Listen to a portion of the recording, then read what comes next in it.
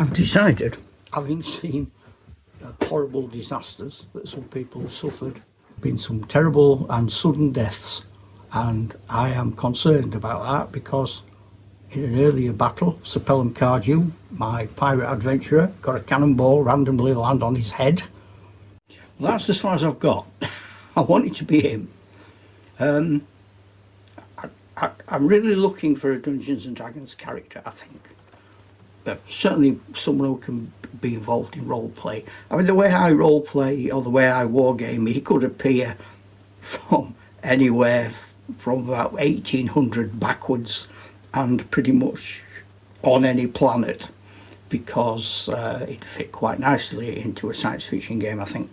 So I could think of a name, I could generate his characteristics, I could do all that, but I want it to be more fun than that, so I want you to do it.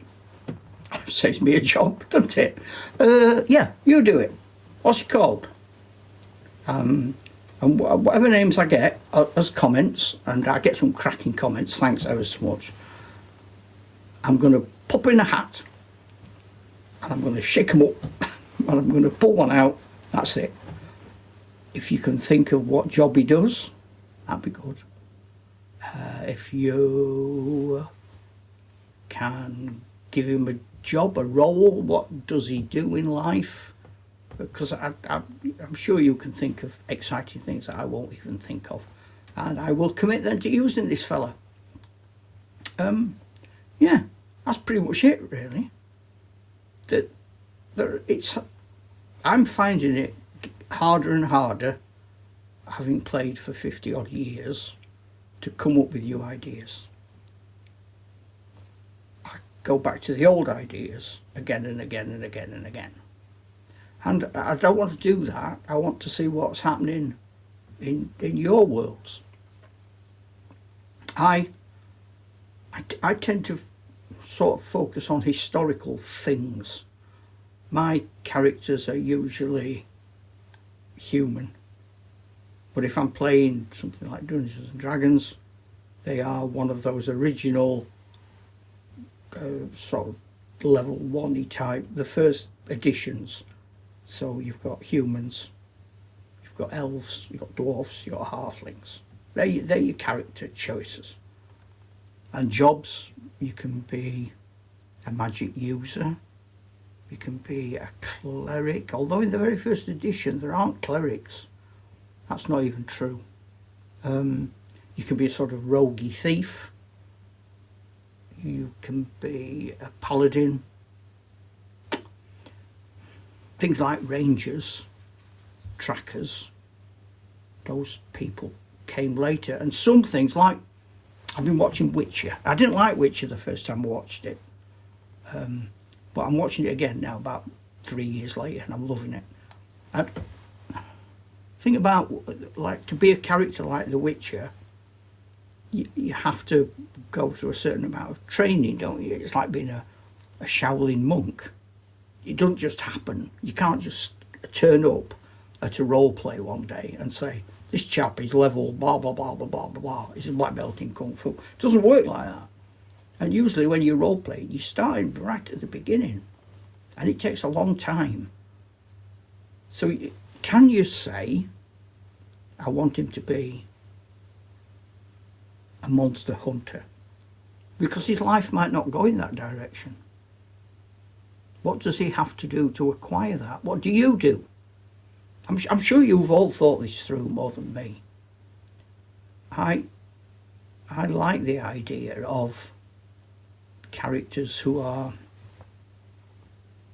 sort of have a positive angle, but they also have some baggage they're carrying. They've got some trait in their background that is negative, that really causes me to role play. I played a game once. This was a historical game, World War II, rapid fire.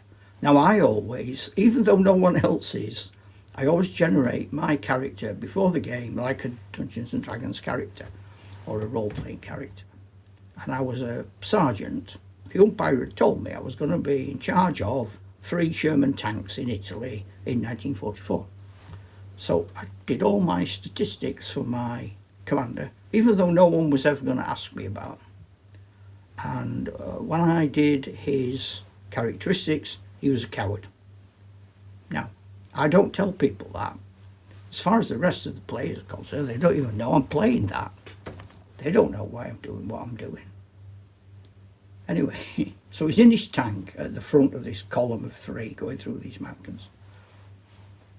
And I got an order to send the tanks into a village to see if there were any Germans there.